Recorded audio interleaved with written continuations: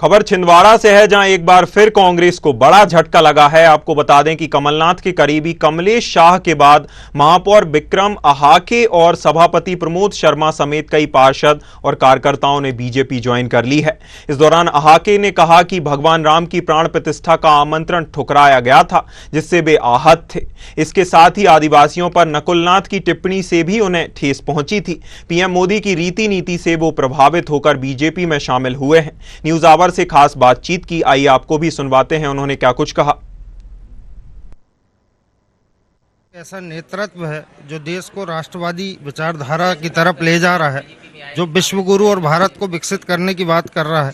ऐसे आदरणीय यशस्वी प्रधानमंत्री नरेंद्र मोदी जी से प्रभावित हम ना हो तो हमारे मन में भी एक अंतरात्मा खचोटती है कि अब पूरा देश एक सुर में 400 की बात कर रहा है तो छिंदवाड़ा उससे अछूता ना रहे, क्योंकि आज विश्व में सबसे लोकप्रिय नेता मोदी जी हैं और देश को उनकी जरूरत है।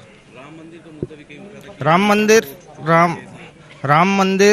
हमारे आराध्य हैं, हमारे मन में बसते हैं। हम किसी भी पार्टी में रहे हों, लेकिन हम पहले धार्मिक व्यक्ति हैं और राम जी के मंदिर में आमंत्रण को अस्वीकार करके शीर्ष नेतृत्व में एक एक कार्यकर्ता का दिल दुखा दिया है और कांग्रेस राष्ट्र विरोधी नीति की तरफ जा रही है। अब कांग्रेस का अस्तित्व लगातार खत्म हो रहा है।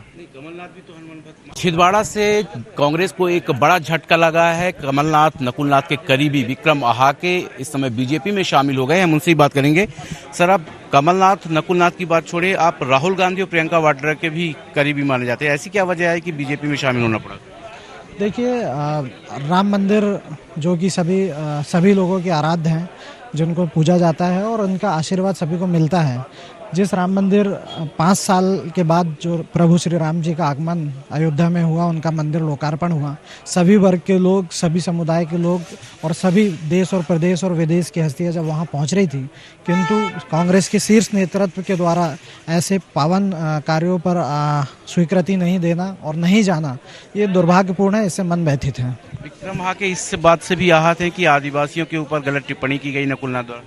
बिल्कुल, निश्चित तौर पर हमारे पूर्व विधायक आदरणीय कमलेश शाह जी के लिए अनर्गल टिप्पणियां की गई, जिसको लेकर मन व्यथित है और यह उनका अपमान नहीं, बिल्कुल पूरे आदिवासी समाज का अपमान है। बीजेपी जिस तरह से 29 का 29 टारगेट मध्य प्रदेश में कर रही है, क्या आपके और कमलेश शाह और जो सईद जफर शामिल हुए हैं और आगे आने वाले समय में हो सकता है और लोग शामिल हो? 29 टारगेट पर आने वाले समय में बहुत बड़े लोग बड़ी संख्या में शामिल होंगे और 29 की 29 सीटें इस बार छिंदवाड़ा सहित लोकसभा में भारतीय जनता पार्टी। किसी ने संपर्क किया कि हमको भी बीजेपी में शामिल कराना है, विधायक या अन्य पार्षद? आने वालों की संख्या अभी लंबी है, आपको पता चलेगा। ये हमारे साथ थे विक्रम अहाके, महापौर हैं छिंदवाड़ा के, जिन्होंने आज ही बीजेपी का दामन थाम लिया है। सीएम हाउस में इन्होंने बीजेपी का दामन थामा है और बात कह रहे हैं कि जो राम मंदिर निर्माण हुआ था और जिस आमंत्रण जिस तरह से कांग्रेस ने ठुकराया है, उससे आहत थे। और आदिवासियों पर जिस तरह से नकुलनाथ ने टिप्पणी की थी कमलेश शाह के शामिल होने के बाद, उससे भी वो आहत थे, जिसको लेकर के उन्होंने बीजेपी का दामन थामा है और बीजेपी की रीति नीति, प्रधानमंत्री के जो काम है उनसे भी प्रभावित है। फिलहाल देखना ये होगा कि आगे आने वाले समय में अब और भी कितने विधायक, पार्षद या कार्यकर्ता बीजेपी के हैं जो छिंदवाड़ा से बीजेपी में शामिल होंगे और इस तरह से 29 की 29 सीटें जो लक्ष्य लेकर बीजेपी चल रही है, उस पर बीजेपी का